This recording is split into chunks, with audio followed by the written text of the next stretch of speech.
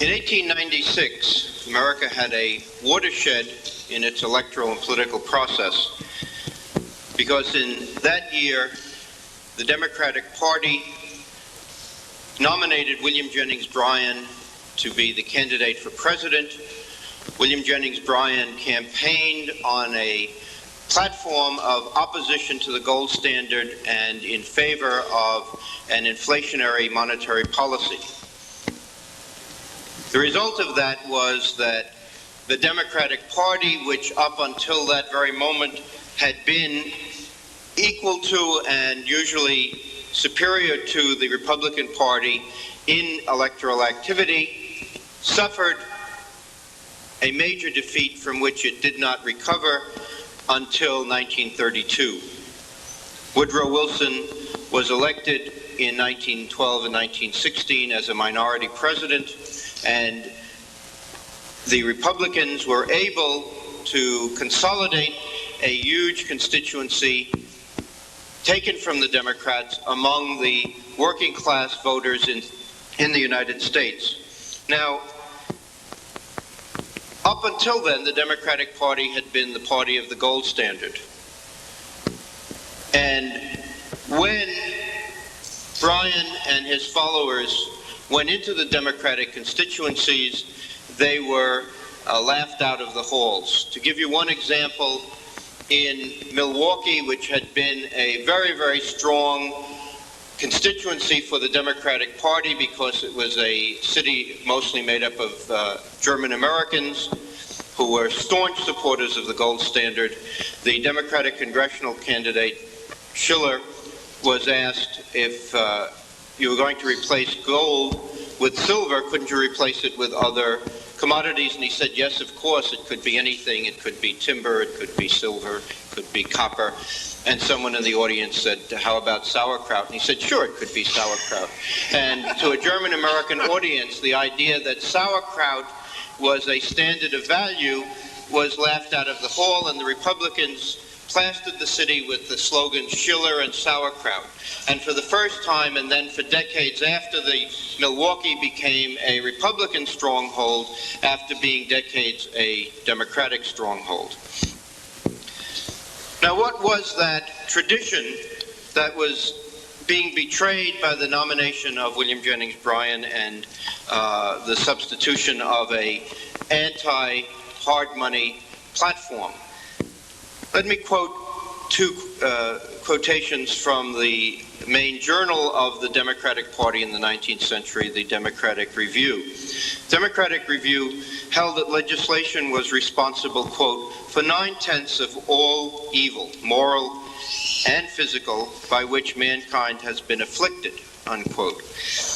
John O'Sullivan, the editor of the Democratic Review, wrote, and as I quote from him, notice certain Misesian and Hayekian themes already evident decades before they were born. Quote, the natural laws which will establish themselves and find their own level are the best laws. The same hand was the author of the moral as well as of the physical world. We cannot err in trusting to the same fundamental principles of spontaneous action and self-regulation which produce the beautiful order of the world, unquote. In other words, the pro-gold standard political groups in America had already derived through their study of the classical economists a very, very fine understanding of how the economy works and the role of money in that economy. And part of the tradition, which was very strong in the debates in the 19th century, were the traditions that had come out of the experiences of the French Revolution and the American Revolution. If you read the literature, the party literature of that period, the hard money advocates kept referring back to the experiences of the French Revolution and the experiences of the American Revolution. That experience was the experience of the French assignats, people were extremely aware of what had happened during the French Revolution when the French government introduced paper currency, where the paper currency continued to depreciate year after year. At one point, one issue of the currency, which was issued in the middle of the French Revolution, depreciated 82% within weeks after it was issued. And students of French history know that the reason that Napoleon was able to come to power and the reason that he was able to stay in power was that he was an advocate of the gold standard, of private property rights enshrined in a new civil code, and that the French have been notorious throughout the 19th and 20th century because the masses of the public in France have wanted hard money. They knew that experience coming out of the French Revolution, and all during the 19th century, whenever a candidate or a political movement arose that challenged the gold standard, that movement disappeared completely. And this tradition continued into the 20th century. Joe Solano referred to Raymond Poincaré's reforms in the 1920s, which were very important.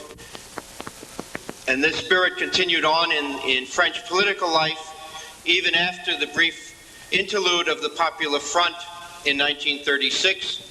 Within a year, that was replaced again by the followers, successors of Poincaré, and but for World War II, the pro-hard money people would have remained dominant in French political life. It was World War II that opened the floodgates to socialism and communist constituencies in France, and it took first Antoine Pinay in 1951, and then again after he Prime Minister in 1951, and then as Finance Minister under de Gaulle in 1958, to bring a hard money tradition into France. But the constituencies for hard money are very fundamental in French political life, and they've been recognized as such since the beginning of the 19th century. In other words, for almost 200 years. The other tradition that was very much in the forefront in the political debates around Bryan's Cross of Gold speech in 1896 was the tradition that led to the American Revolution. At the end of the 17th and beginning of the 18th centuries, due to a series of worldwide war between France and England, both governments tried to finance these wars through inflation. One of the consequences of that in France was the famous Scottish economist, inflationary economist John Law, had the government grant him monopoly powers with regard to finance and currency. He created the Mississippi Company, the resources of which were the still unsettled Mississippi Basin in Louisiana. And this led to a great inflationary craze, the result of which was, of course, a great panic and collapse, and a recognition that hard money is the very sound foundation of all political and economic life. The English experienced exactly the same thing. They similarly gave to the South Sea Company these powers which led to the South Sea Bubble, the breaking of the South Sea Bubble, the panic that ensued, strongly enforced in British life the concept of hard money. A new Whig administration came in under Robert Walpole and his associates, Henry Pelham, Pelham's brother, the Duke of Newcastle, and Philip York, the Lord Chancellor, the Earl of Hardwicke. And they pursued a policy of hard money and low taxes. And that led to a frenzy not of inflation but of capital accumulation. And that capital accumulation was the basis of the Industrial Revolution. But for the policies introduced in 1720, there would not have been the capital accumulation and the respect for private property, the respect for investment that led to the Industrial Revolution. And one of the great consequences of that was the policies of the Duke of Newcastle, who was Secretary of State for the Southern Department, which included the American colonies, for 40 years, and that policy was salutary neglect. He enforced no mercantilist laws regarding America. And when no laws were enforced, America flourished. It blossomed. The population in the 17th century under mercantilism was minuscule. Under salutary neglect, the population burst. Immigrants came from all over Europe to settle in America. New York and Pennsylvania were two of the most settled because they were the least restrictive colonies. And the success of America, due to this salutary neglect, came into collision after 1760 with the government's attempt to reestablish mercantilism, to reestablish taxation, to undercut the freedom that had permitted this great flourishing. America was the wonder of the world. These colonies off somewhere where no one knew exactly where were drawing colonists from Europe. Everyone wanted to move and have a new chance. And the British new policy after 1760, due to the fact that the British had accumulated in the 7 Years' War the largest public debt in history, and therefore were going to milk the colonies to pay for it, led to the American Revolution. Now, the Americans didn't have the best economic ideas. They had better economic ideas, but not the best. And so one of the things some of them did was to conduct the American Revolution through inflation, through the debasement of the continental dollars. And the Americans came out of that experience with a new lesson. Not only must you have low taxes and no government interference, you must not have any government control over the currency. The solution coming out of the American Revolution was to return to the hard currency concepts.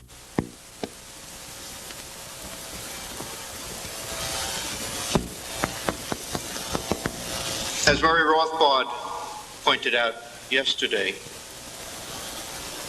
there were still, as it were, behind the scenes advocates of funny money.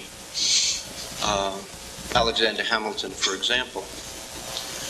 And they introduced the first Bank of the United States. And then later, Second Bank of the United States. And the Second Bank of the United States led to the Great Panic of 1819, which was one of the great educational experiences like the American Revolution, because the American people learned again the importance of hard money. And the consequence of that, of the panic coming out of the inflation, coming out of the chartering of the Second Central Bank, was the new Democratic Party, a Democratic Party totally committed to hard money, the Jacksonian Party. And for the whole 19th century, that party stood very strongly for hard money. Now, people have asked, how is it possible for a party to have this continuing majority in the American public on such a complicated issue as hard money? It's to us difficult to understand.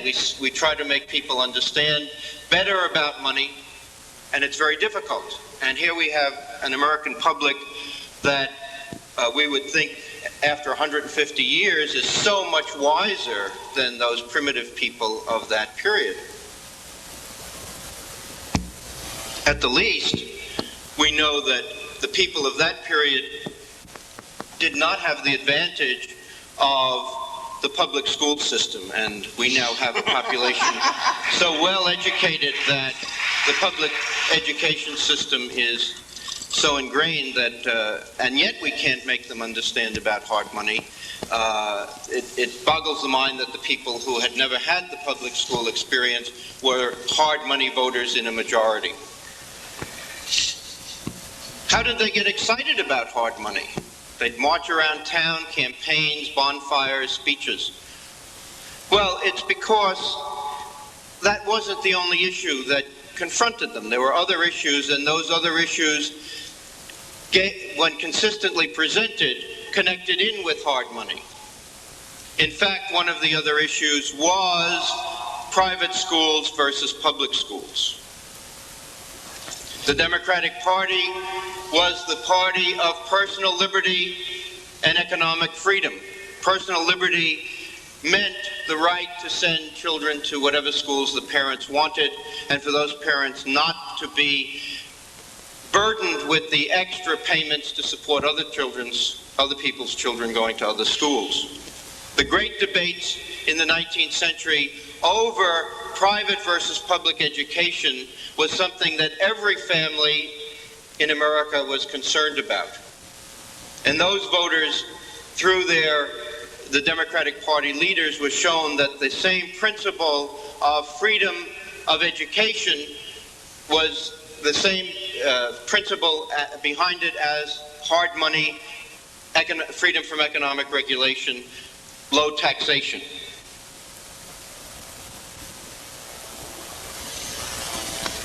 In the early 19th century, the United States found itself with two very, very different ideological traditions at war.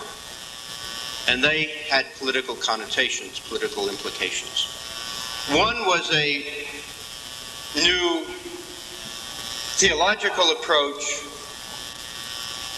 associated with new evangelical churches, which saw the possibility of a new man being created. That is, the idea of conversion, of rebirth in baptism, was seen as something that could change human nature. Heretofore, most of the religious denominations had a view of human nature that was set. Human nature was unchanging. In the 19th century, new and very, very popular theological movements developed which saw that human nature could progressively develop. You could have human nature changing. Human nature could get much better. And people then transferred that to using the government to improve human nature. In other words, the old verities such as supply and demand and the relationship between scarcity and resources didn't have to hold. That was a mere old-fashioned view of man. Man was driven to want rewards for his work, for instance.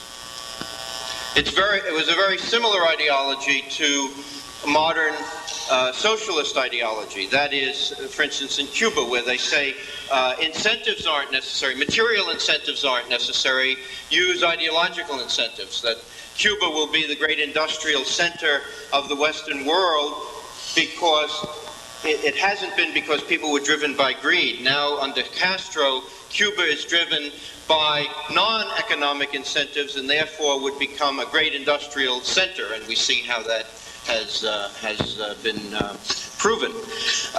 The same type of ideas were operative at that time, and the Democratic Party, the Jacksonians, and the people that supported them, the constituencies that held to the traditional religious views, said that you cannot change man through government regulation, through a public school system, through taxation. You cannot, as these new groups advocated, use a new monetary system to raise the economy to new heights. Why be limited to gold? That's an old-fashioned view. It's part of the old view that men are only motivated by material rewards. Let's print more money. Let's get the economy stimulated And this will change the economy and also contribute to changing man's nature. You will have a whole new way of looking at the world. And so throughout the 19th century, you had ideological battles between these two cultural constituencies. One of the many, many examples of those cultural constituencies were the German Americans, who stood constantly for human nature as an unchanging part of the world, and therefore stood very strongly for hard money, for low taxes, for not using government for internal improvements, not using the government to form people's ideas and to educate them through the public school system. You had this constant battle of constituencies. And up until 1896, the hard money constituency in the Democratic Party was the dominant constituency. And when William Jennings Bryan was nominated, this drove those constituencies out of the Democratic Party and into the Republican Party, and drove some of the Republican supporters into the Democratic Party. But the net gain was in the Republican Party. And one of the great mysteries to left-wing historians is that in the 1896 election, the workers, the industrial workers in New York, Pennsylvania, Michigan, Illinois, Ohio, they were the ones who gave the Republicans their smashing victory. How can that be, the socialists asked? Bryan was truly the working man's candidate. He wanted to inflate. Isn't that what every working man wants? No, that's not what they wanted. They wanted gold. The working men stood by the gold standard. And this is the great mystery to the left. They don't understand why the workers became the mainstay of the Republican Party and kept the Republican Party in power until 1932. It was those same cultural constituencies, with their view of human nature, their critique of government intervention in anything, which gave the Republicans dominance. Now, there's always a great deal of hubris in political life. And just as the Democrats stupidly nominated William Jennings Bryan and opposed the gold standard, the Republicans, after World War I, moved in an equally bad direction. One of the many, many evils introduced by Woodrow Wilson, probably the truly evil president of the 20th century, because he was the intellectual, he knew what he was doing, he understood the principles that he was operating from, and therefore could create not just pragmatic policies, but a total ideology.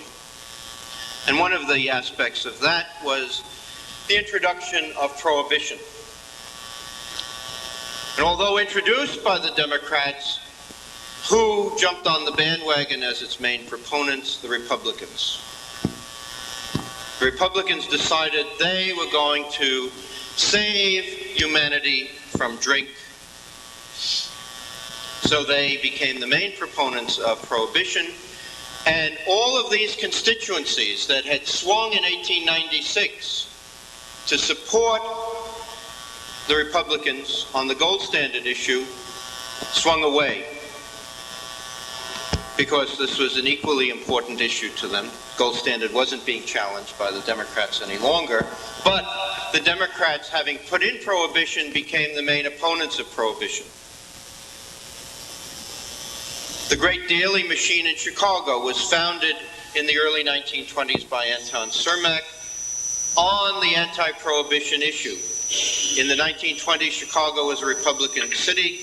Mayor Big Bill Thompson was a famous Republican leader, but those voters shifted as Cermak kept hitting away at the prohibition theme, and helped lead the way for the victory of the New Deal. The New Deal victory was made through the prohibition issue, and supplemented by the tariff issue. The Smoot-Hawley tariff introduced into Congress in 1929 and passed in 1930 was the final nail in the coffin for the Republican Party. But the main issue had been prohibition, and the same constituencies that had supported the Republicans up until the 1920s were driven away by Republican attack on personal liberty. And the Democrats were able to claim to be a party against government regulation. They were against regulation through prohibition, and they were against regulation through the tariff. Once they were elected, of course, then they did something else. But it took a long time for those constituencies to wake up and to shift back to the Republican Party. And that only occurred after the Second World War. If we look at the political life in America after the Second World War, you will find that the American voting public, in the 9 elections after the war, 1948 through 1980, have voted 9 times, and in those elections they have elected the Republicans 5 times, and the Democrats only 4 times. In other words, the national administration, the executive branch, has been Republican more than it has been Democratic.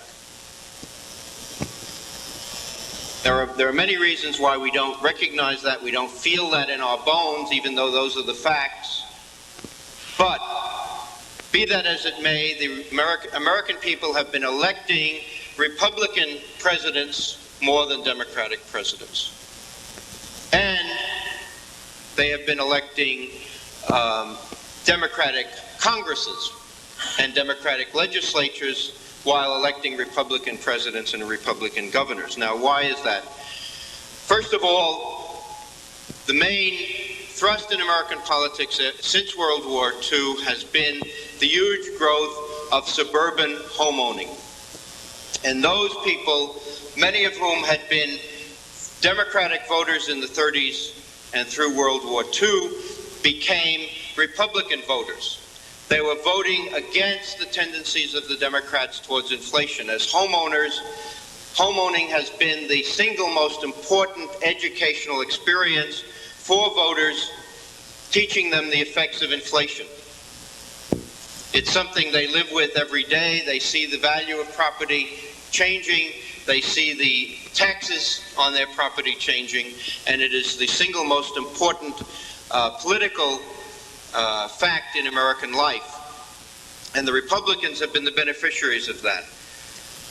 Why have they been the beneficiaries? Because these voters are voting against the Democrats. American political life is based on negative reference voting. That is, people tend mostly to vote against. They feel threatened by politicians. Very few people are enthused about politicians. But they are experiencing threats from politicians. So they vote defensively. They vote against William Jennings Bryan. They vote against whoever down the line. Because they know that these people are advocates of inflation, of threats to their private property. They may not like the person they're voting for, but as long as that person isn't as bad as the person they're voting against, they will vote for them. And therefore, there has been a very, very large political constituency in favor of opponents of inflation.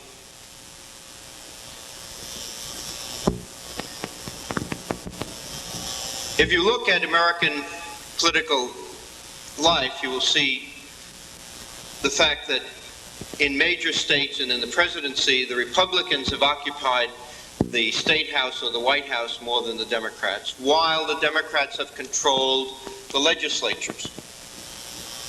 Democrats have controlled Congress and state legislatures because those are different constituencies. The president and the governors are elected by the same constituencies. That is, whole states.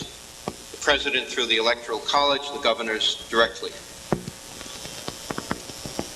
Congressmen and legislators are elected by districts that are drawn on the basis of population. In Democratic districts, quite often in urban Democratic districts, only 10% of the people vote. Therefore, we really have a system of not just gerrymanders, but rotten boroughs. We have congressmen and legislators who don't represent anybody. Republican districts tend to have 80–90% voting. Now, in the legislative elections, that doesn't have much effect due to the rotten borough system. But those 90% voting in Republican districts way offset the 10% in the Democratic districts. And so they keep electing the president, they keep electing the governors, while they can't get legislators because we have a rotten borough system of legislative elections. Another important aspect of this is the fact that there's been a huge growth in the independent voters. There's been a shift away from parties. In the 1980 election, among all voters, the Democrats had 49%, the Republicans 19%, the Independents 32%. That is, people who identified as fully conceiving themselves as Democrats, Republicans, or as not Democrats and Republicans, and therefore independents. But among the voters under 30 in 1980, 36% were Democrats, 12% Republicans, and 52% independents. What it means is that Republican presidents and Republican governors have been and are elected by the independents. These are people who may even hate the Republican Party, who may not be able to stand the people who parade in front of them claiming to be representatives of this or that point of view, but these people are voting Republican presidents and Republican governors into office to keep out the Democrats, who are much worse. It's not that they like the Republican candidates. It's that they hate the Democratic candidates. And that's one reason that, unfortunately, within the present system, these people cannot achieve what they want. They cannot get a truly hard money political forum. All they can do is keep out the inflationary people. There is no party that represents what they stand for. If the Republican Party, in all that it represents, stood for them, they would call themselves Republicans rather than independents. In politics, demography is destiny. Those under 30 in 1980 have been joined by another cohort during the past 4 years. In another few years, there may be down to 2% people who call themselves Republicans, and we may have something like 70% who are independents. And yet, these people may still not have a political forum, a mechanism to be represented in the political system. All they can do is come out every 2 years, every 4 years for president and every 4 years for governor, cast their vote against the Democratic candidate and go home and hope for the best. So you have a situation where there is a huge hard money constituency in America, but all it can do is act defensively, keep out the most dangerous inflators, who usually are in the Democratic Party, therefore put the Republican Party into office, and then fume for the 4 years because the Republican Party does not do what they voted them in to do. Maybe we have to fault the public school system that these people have not gone out and formed a mechanism by either getting rid of the Republican leaders and putting in their own leaders, or coming up with a different mechanism to change the system. So the good news is that there is a very large and strong constituency for hard money. The bad news is that that constituency has no political mechanism to fully express its views. Thank you.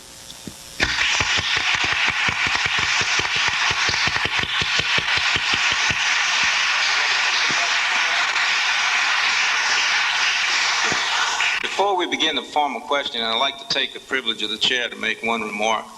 It seems to me that one of the lessons in Leonard's paper for us is that, at least politically speaking, gold and alcohol do mix. And I wonder how many of us are aware of just how powerful a statement that might be. We've already got liquor by the drink. If we got the liquor lobby on our side, we might have a gold standard within 2 or 3 years. Let me comment on that, because it's a very, very good remark. Unfortunately, quite often the liquor lobby, in various forms, for instance, in places where there are limitations on liquor, the bootleggers try to keep prohibition because they don't want national brands coming in. They elect the sheriffs who campaign against liquor to the religious communities that don't want liquor, because the bootleggers want to not have the competition of the national brands coming in. So there's many facets to this situation. More importantly, about a year or two ago, I was going from University of Chicago to Midway Airport. And as I went along, leaving Hyde Park and going through a district that looked much like either Dresden after the American bombing in 1945 or New York City after rent control. I crossed looked like about 100 railroad tracks. It was a huge yard. And then I was in another part of Chicago, and this was in contrast to the other, which was terribly ugly and destroyed. This was beautiful. And block after block, what did I notice? On practically each block, there were 3 things that seemed to go together: parochial school, a saloon, and a savings bank. And these were exactly the same political constituencies that I was referring to earlier. The saloon, the savings bank, and the parochial school seem to be very, very much at the forefront of those political constituencies. And those people all had homes. You could see row after row for miles in any direction of very, very well-kept small private homes. These were homeowners who found the savings bank the most important part of an economic system, because it provided the mechanisms of saving, and therefore through saving of purchasing their homes and using the home purchase as their main form of investment for their own future. And many of these people in the last decade and a half have been very confused by what's been happening, not the least by the fact that they invested decade after decade in not only in their homes but in savings accounts. And yet, due to the ravages of inflation, those savings don't amount to what they should have. And over the years, they found that these parents have found, rather than appearing to be very wise and sound investors, due to inflation, they look stupid to their children because their investments were wiped out by inflation. In other words, inflation is one of the main sources of social disintegration.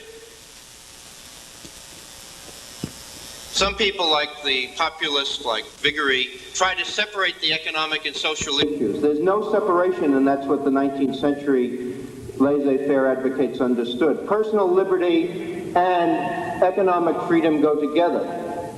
That the family is destroyed by inflation, and the educational system is destroyed by inflation. All of these institutions get destroyed by inflation.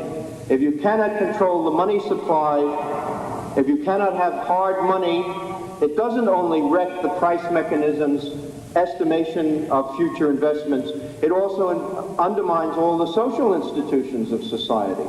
And if they're undermined, the whole society is destroyed. Yes, you have a question. I just enjoyed the heck out of that. The point is, the 20s, when alcohol, not terror, the Democrat dog in the main here was the central bank that was debauching, and you had your 29 crash. By June of 30, the market is most of the way back. People then start examining what's going on. Then you go on with the so-called long depression. The Democrats had to choose between gold and their bank, and they obviously couldn't say we failed, so they had to deny gold. You take the rest of the century. What they're doing Carter without the Republican fiasco of Party. There is a Wilson because you have the fiasco of the gold moves party. You have Truman because of Dewey's confidence. And in 60, you get the Kennedy, Johnson. Again, it's closer there. Eisenhower was confident. You wouldn't have a Democrat president except for Republicans. That's right. That's right. That's right. In fact, through the 20th century, almost all Democratic victories except 32 and 36 were extremely narrow, while most of the Republican victories were very large. And it's due to Republican miscalculation that the Democrats tend to get in, except in 32 and 36. So, the issue is that the Republican Party, like the famous phrase about the feudalist conservative party in the 19th century England, is the stupid party. And that's one reason why people don't associate with the Republican Party. That's why only 12% of people under 30 in 1980 would call themselves Republicans. The Republican Party, in the rest of the country, being a Republican doesn't, somebody might question your mental state. And they don't do that with the Democrats. Now, there are good reasons and bad reasons. The bad reasons are the press belittles the Republican Party for things that we think they're good for. But the Republican Party itself quite often makes itself foolish by taking on crusades that have nothing to do with the party.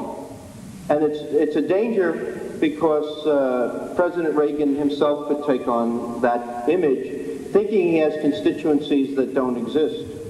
So there are great weaknesses in the Republican Party. Where they think they're strongest, they may not be as strong as they think, and that because they're not thinking about it, they can lose it. Yes. I don't know whether Republicans feel like I do or not, but I can find it sometimes that it's too late to cure, and the only thing we're doing is find out what's killing. And I'd like to refer to something we mentioned 1929. Now, when you had the crash in 1929, the people who lost their faith just jumped out and joined the crowd and never had anything to get. So they said, well, we got to change that. We got to give them. So we didn't have revolution at this point. So they said, we got to give them something, didn't take it away from them. That really created revolution. Now, we're doing that through our welfare system. I think Mr. Newton explained that yesterday.